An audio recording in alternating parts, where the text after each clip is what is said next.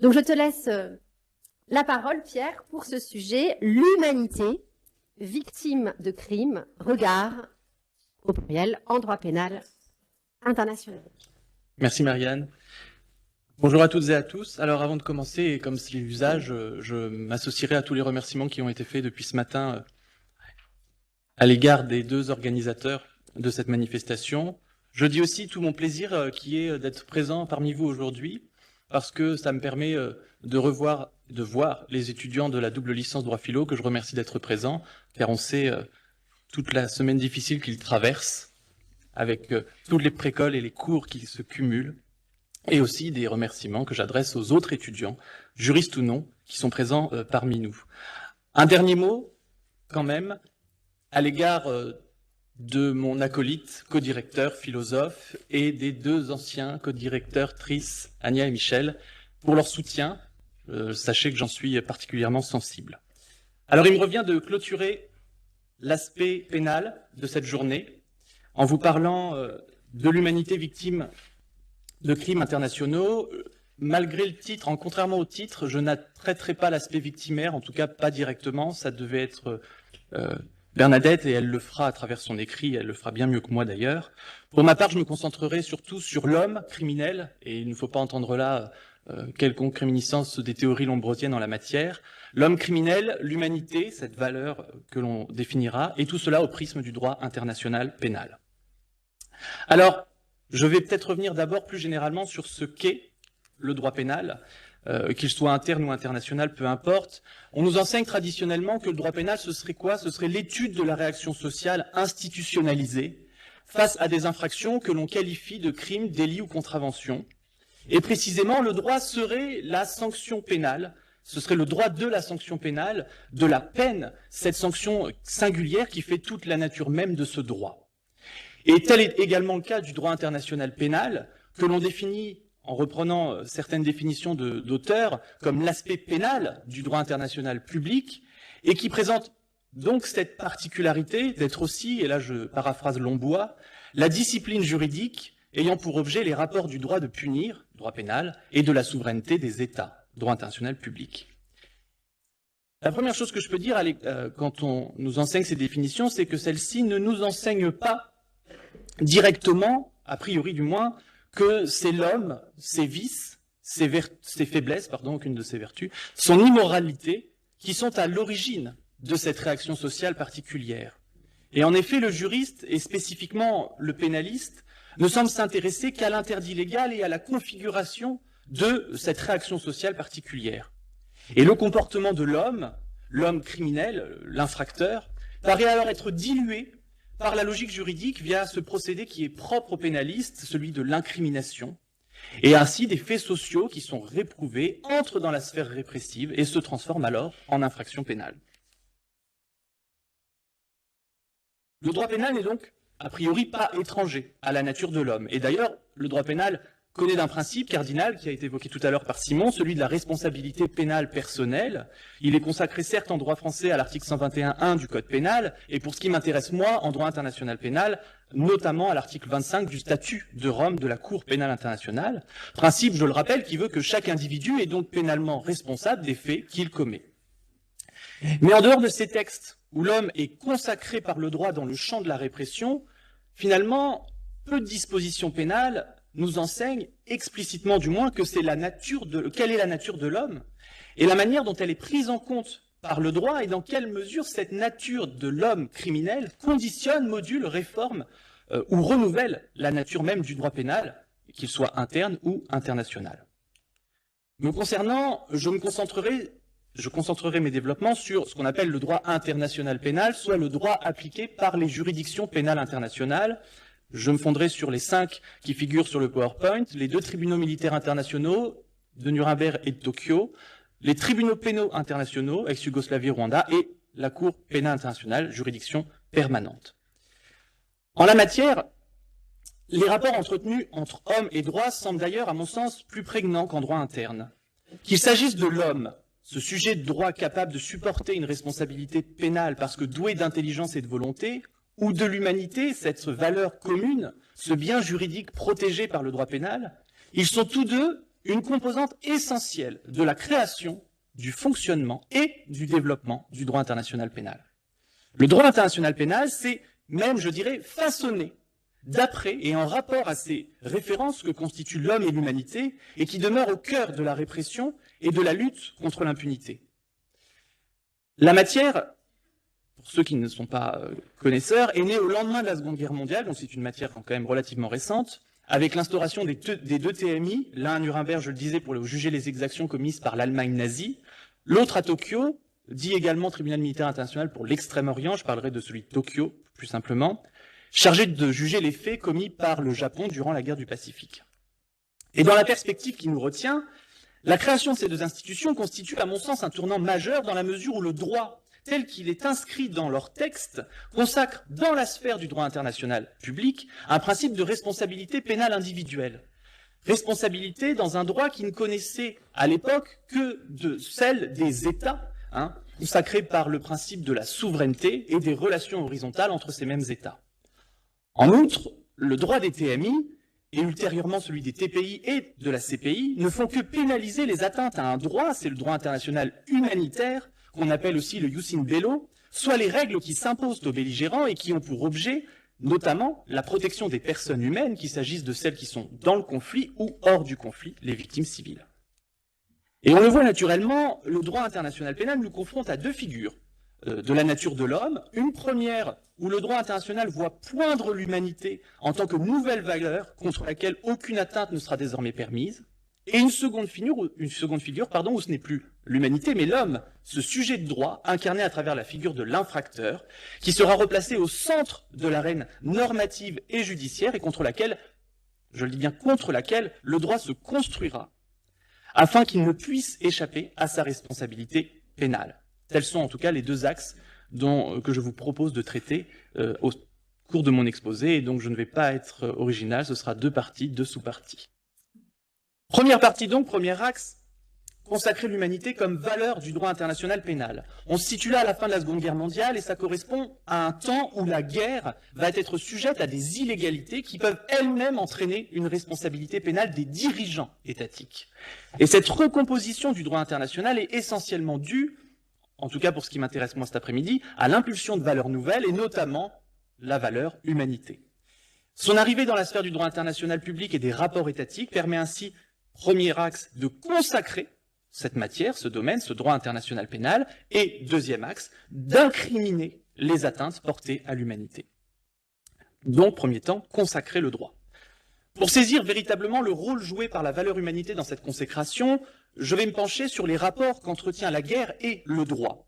Ils sont, en la matière, le fruit d'un long processus au cours duquel la guerre va progressivement perdre en légitimité et se trouver supplantée par cette valeur nouvelle.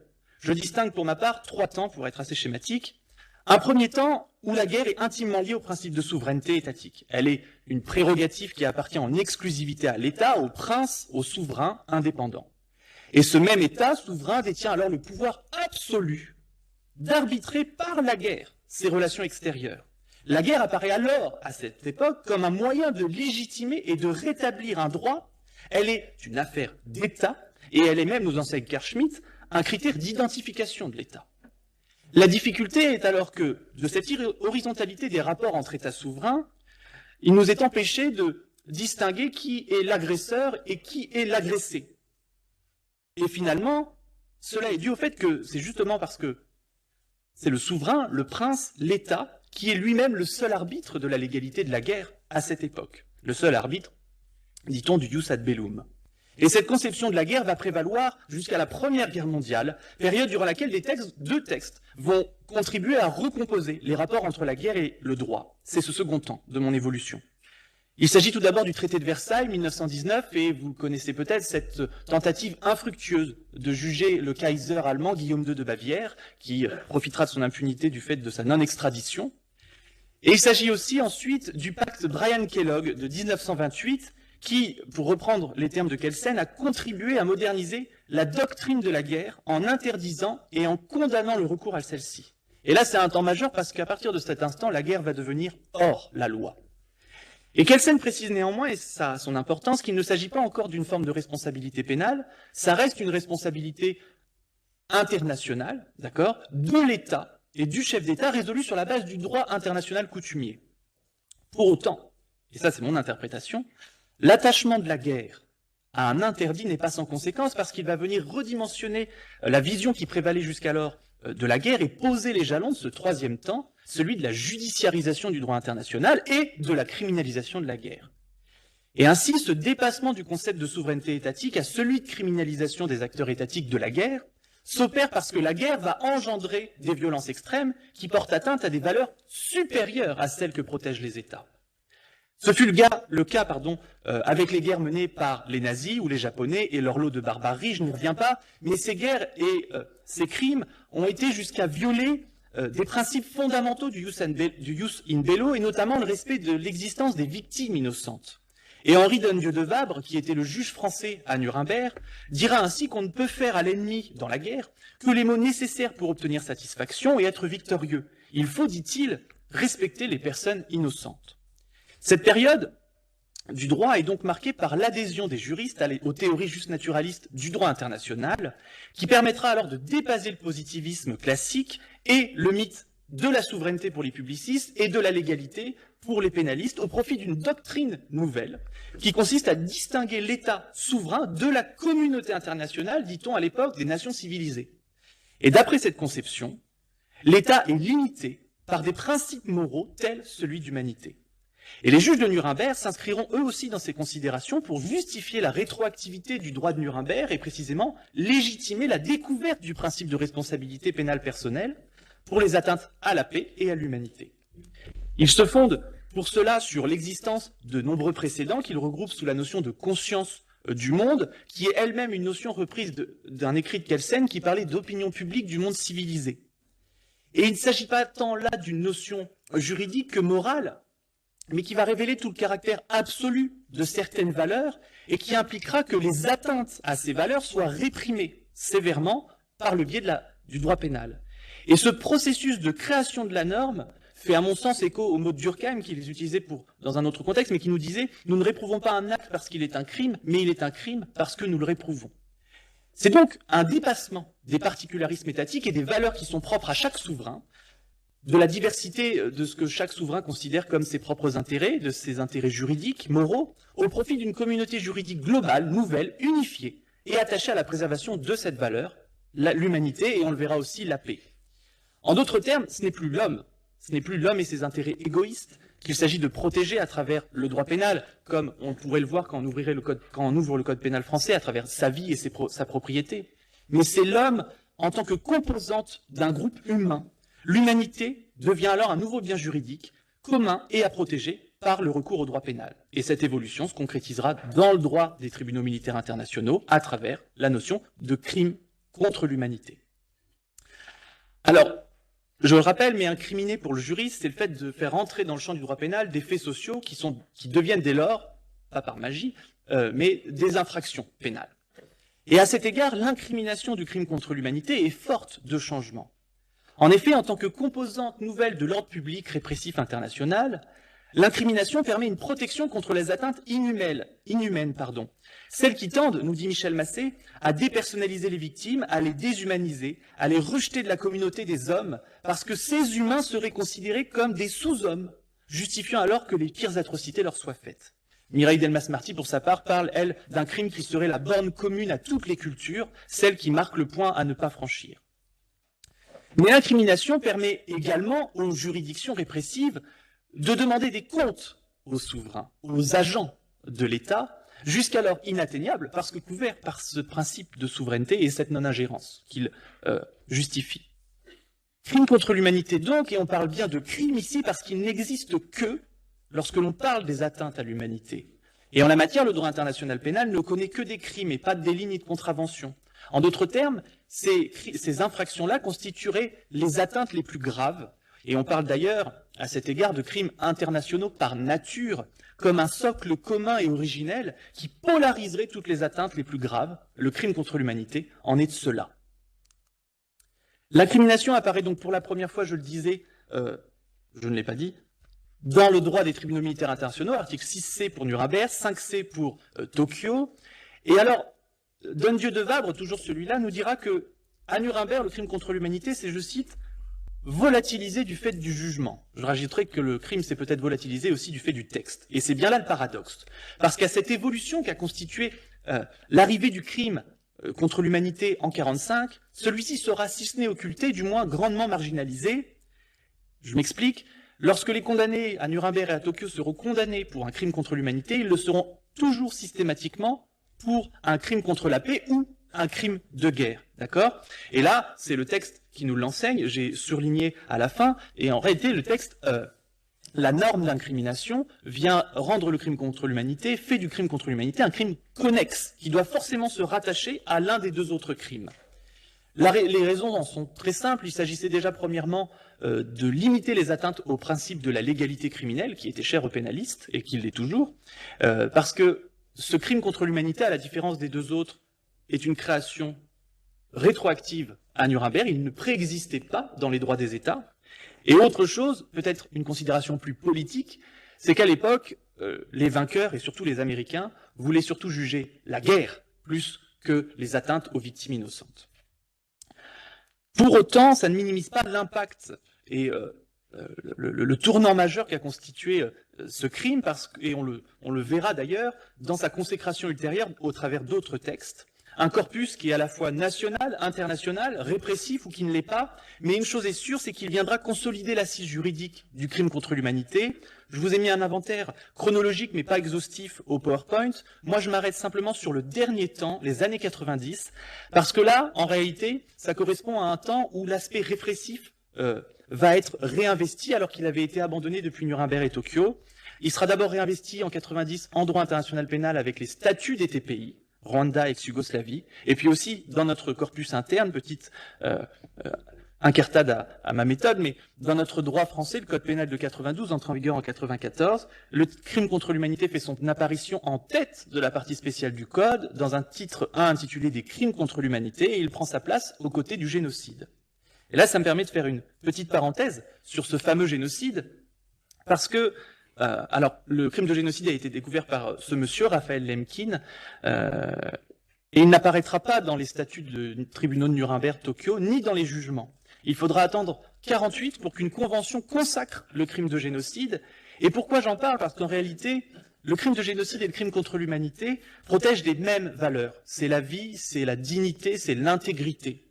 La seule différence entre nos deux infractions réside dans ce que le juriste appelle l'élément intentionnel, le dol spécial. Le crime contre l'humanité suppose la volonté de détruire le groupe auquel appartient la victime, alors que le génocide, pardon, je crois que j'ai dit une bêtise, le génocide suppose la volonté de détruire le groupe à travers l'individu, alors que le crime contre l'humanité, on vient porter atteinte à un individu parce qu'il est né en tant que membre de ce groupe. Donc il y a véritablement une différence, mais pour autant, on peut l'intégrer quand même, le génocide, avec notre crime contre l'humanité. Je ferme la parenthèse et je reviens sur le crime contre l'humanité. Celui-ci, dans les incriminations, depuis Nuremberg jusqu'à aujourd'hui, statut de Rome, il se matérialise à travers différents actes. À Nuremberg, lorsque vous lisez le statut, c'est l'assassinat, l'extermination, la réduction en esclavage, la déportation. En ex-Yougoslavie et au Rwanda, c'est la torture, le viol, l'expulsion, les persécutions pour des raisons politiques, raciales ou religieuses. Et à mon sens, c'est surtout l'article 7 du statut de la CPI, où l'incrimination de crimes contre l'humanité fait écho aux mots de Mireille Delmas-Marty, qui parle, je cite, d'une énumération toujours recommencée des interdits qualifiés de crimes contre l'humanité.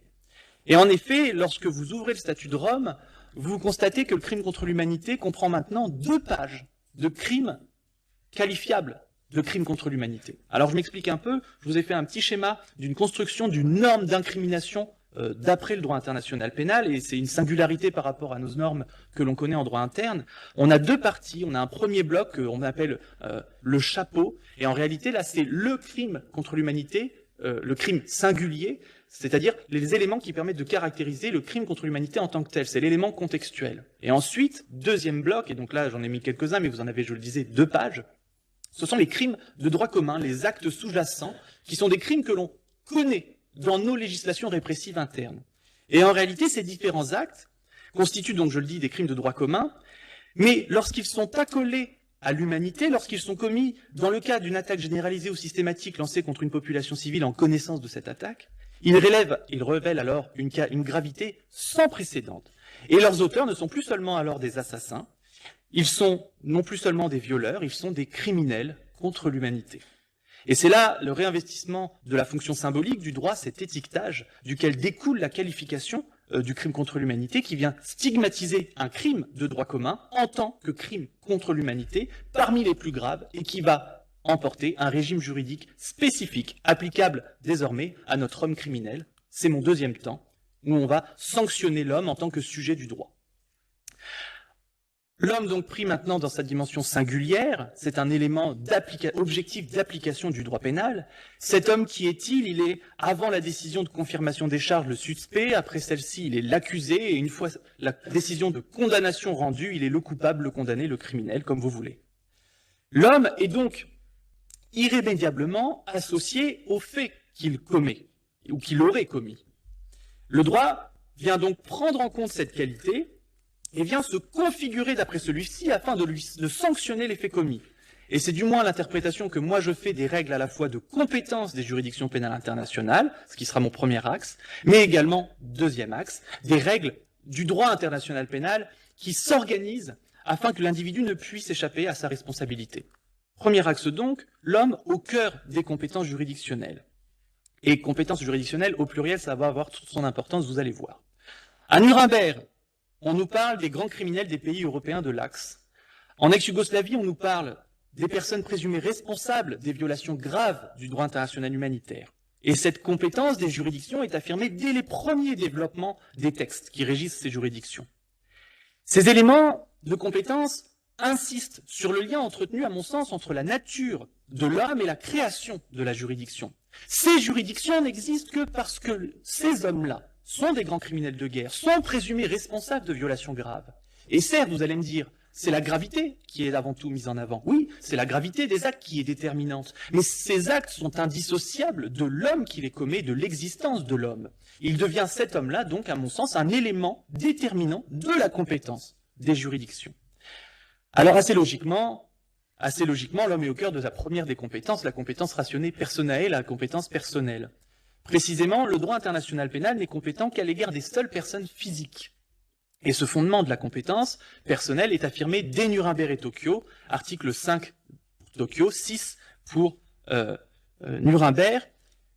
Spécificité néanmoins à Nuremberg parce que le texte nous dit que le tribunal est compétent pour, je cite, juger et condamner ceux qui, agissant pour les pays européens de l'Axe, auront commis individuellement, on est dans notre hypothèse, ou à titre de membres d'organisation, l'un quelconque des crimes suivants. Et là, c'est ce qu'on appelle la déclaration de criminalité des organisations criminelles à Nuremberg.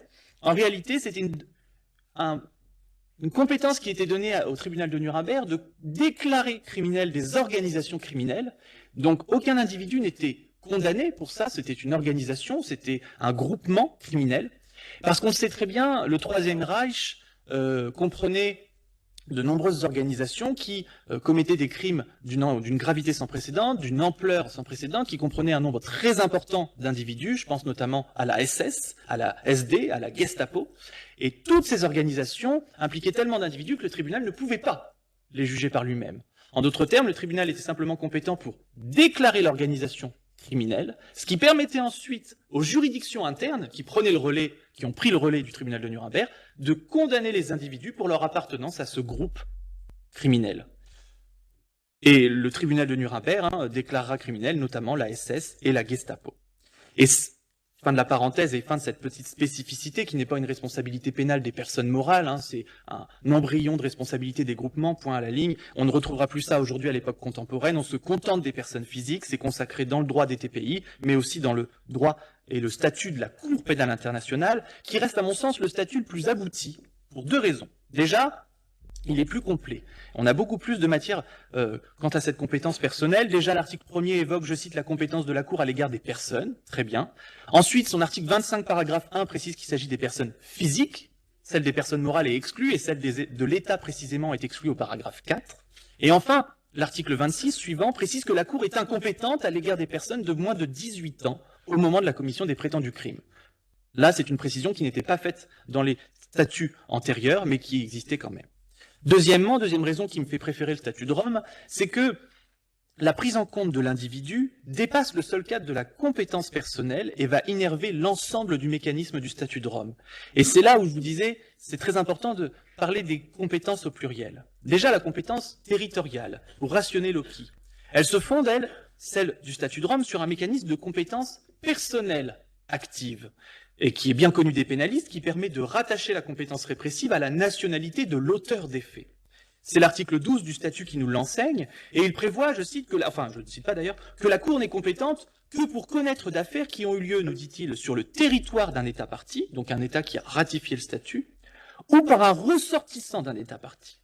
Et l'alternative est importante parce que la Cour et le procureur peuvent donc poursuivre des ressortissants d'État partie, mais aussi peuvent poursuivre des individus qui n'ont pas la nationalité de l'État partie, mais d'un État tiers, à partir du moment où ils commettent des faits sur le territoire d'un État partie. Ce qui permet donc une extension de la compétence de la Cour, mais on voit bien que la configuration normative, juridique de la compétence de la Cour est appréhendée à travers l'homme criminel. Autre titre de compétence qui nous intéresse, la compétence matérielle, ratione materiae. La Cour est compétente à l'égard de 5 crimes, génocide contre l'humanité, crimes de guerre, crimes d'agression, très bien.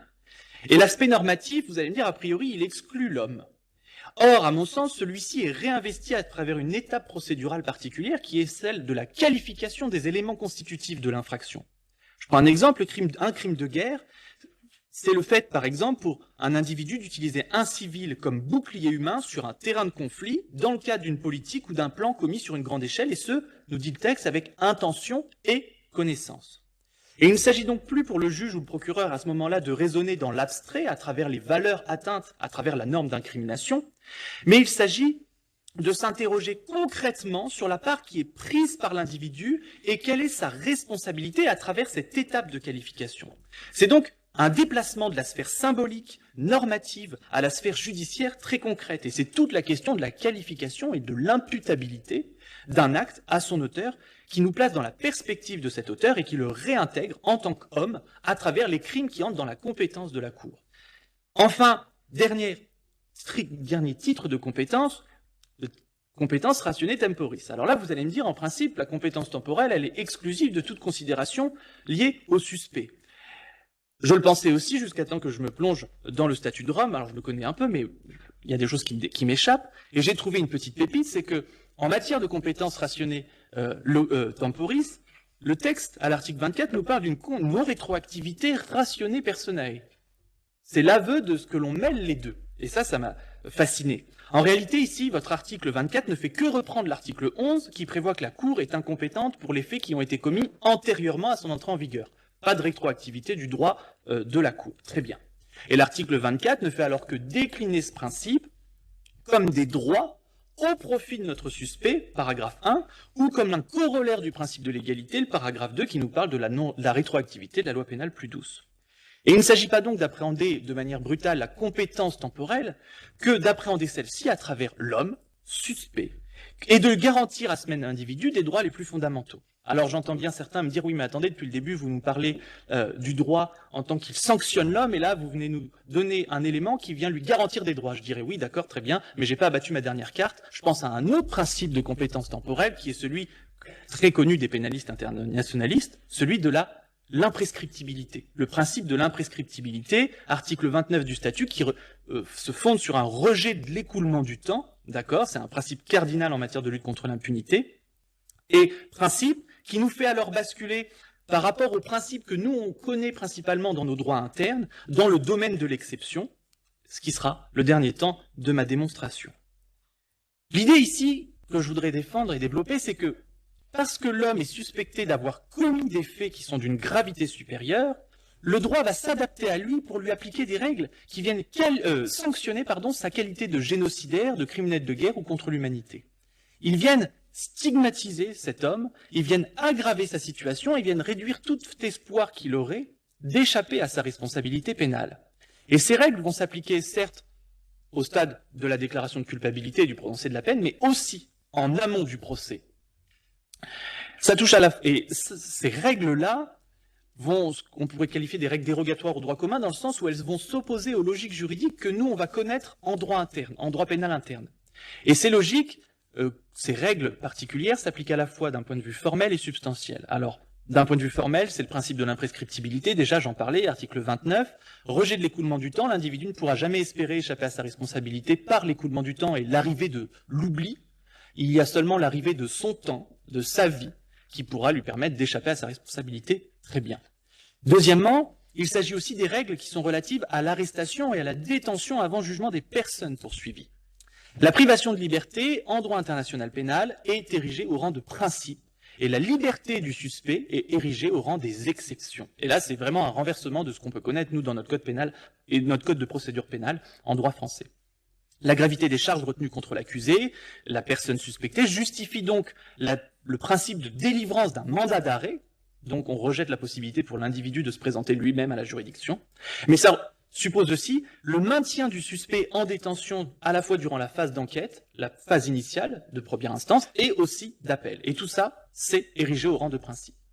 Troisième point au titre des règles formelles, troisièmement, ce sont les crimes internationaux. Et on en parle depuis tout à l'heure sans le dire expressément, mais depuis la fin de la Seconde Guerre mondiale, finalement, les crimes internationaux par nature ont justifié l'abandon de qui? D'une figure majeure, c'est l'abandon du juge naturel. Le juge de l'État sur le territoire duquel les faits vont se commettre, le juge de l'État du fort. Et on observe une multiplication des chefs de compétence, des juges compétents et une forme de dépossession du juge national. Maintenant, il y a certes le juge de l'État du fort, il y a le juge pénal international, et puis il y a les juges d'autres États qui agiront sur le fondement de leurs compétences extraterritoriales universelles. Bien.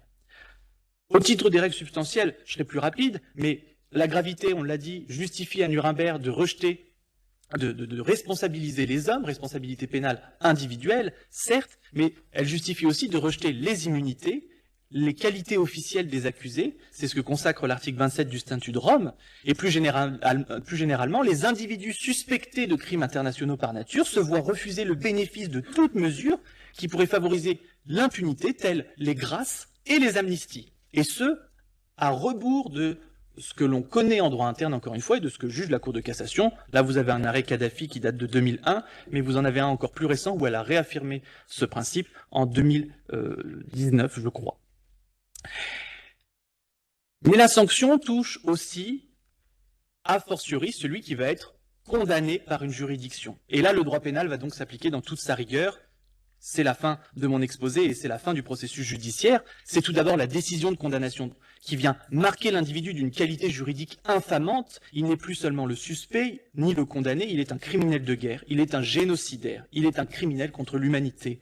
Et le droit est effectivement doté, je le disais tout à l'heure, de cette fonction symbolique, de cette fonction expressive aussi, en ce sens qu'il vient transmettre un message à travers ses normes, mais aussi à travers sa jurisprudence. À travers sa jurisprudence et ses instruments, les instruments de communication des juridictions pénales internationales. Ce que certains appelleront le discours des juridictions pénales internationales. Et en la matière, les TPI se sont maintes fois distingués, et notamment le TPY qui a jugé, je cite, que durant la guerre, la Bosnie avait été frappée par un accès de folie, que l'œuvre du tribunal consistait à lutter contre les forces du mal, et même à l'occasion du procès d'un accusé qui sera le premier accusé condamné pour génocide par le TPY, le juge président de chambre dira au moment de l'énoncé du verdict et juste avant de prononcer la peine que cet individu, dont je ne prononcerai pas le nom de peur de ne pas le prononcer correctement, dira qu'à l'époque des faits, celui-ci avait, je cite, adhéré individuellement au mal. Autrement dit, on voit bien ici que les juges adoptent un discours qui est empreint de moralisme, de considération politique, mais non pas juridique. Bref, et cet élément vient justifier pour le juge président sa condamnation à 46 ans d'emprisonnement. Et c'est donc ensuite, étape terminale, la peine, terminale du processus judiciaire, et en la matière, le droit international pénal, là encore, se distingue des droits internes, parce qu'il limite son échelle des peines, soit les peines qu'il peut appliquer, à la seule peine principale d'emprisonnement à vie pour les TPI, ou à temps de 30 ans pour la CPI, avec un palier d'emprisonnement à vie, mais qui est conditionné, donc je me concentre sur celui de 30 ans. Mais ce qu'il faut comprendre par là, c'est que, quelle que soit finalement la participation de l'individu, quelle que soit la qualification juridique qui va être retenue contre lui, qu'il s'agisse d'un crime de guerre ou qu'il s'agisse d'un crime de génocide que le TPIR avait jugé comme le crime des crimes, les rédacteurs ont estimé, lorsqu'ils ont créé la norme, que tous les crimes étaient tellement graves qu'ils justifiaient la seule existence d'un maximum et l'inexistence de paliers de moindre gravité. Alors évidemment, là encore, je sais que les juges tiendront compte des circonstances de commission de l'infraction pour apprécier ce qu'on appelle la juste peine, celle qui sera proportionnée aux faits, celle qui sera proportionnée à la responsabilité de notre individu. Et d'ailleurs, les textes eux-mêmes obligent le juge à tenir compte des circonstances individuelles de l'accusé et de commission de l'infraction. Et en d'autres termes, c'est une nouvelle fois à travers la recherche de proportionnalité, à travers l'individualisation de la peine, que l'homme criminel, notre infracteur, cet homme singulier, est réinvesti, le droit en tient compte et il s'organise autour de lui pour lui infliger une sanction. Et d'ailleurs, il s'organise pour lui infliger une sanction, et toujours dans un régime qui consiste à sanctionner doublement un peu sa qualité de génocidaire, parce que on verra que les juges ont jugé que l'écoulement d'un temps long entre l'appréhension de l'individu et la peine prononcée, en l'espèce c'était, je crois, 14 ans, ne pouvait être considéré comme une circonstance atténuante. En d'autres termes, le fait pour un individu d'être suspecté de crimes internationaux par nature justifie la mise en œuvre d'un régime dérogatoire de fond comme de forme, qui est dérogatoire, je le disais, au droit commun et qui est propre à ce domaine du droit que sont les juridictions pénales internationales. Je vous remercie pour votre attention.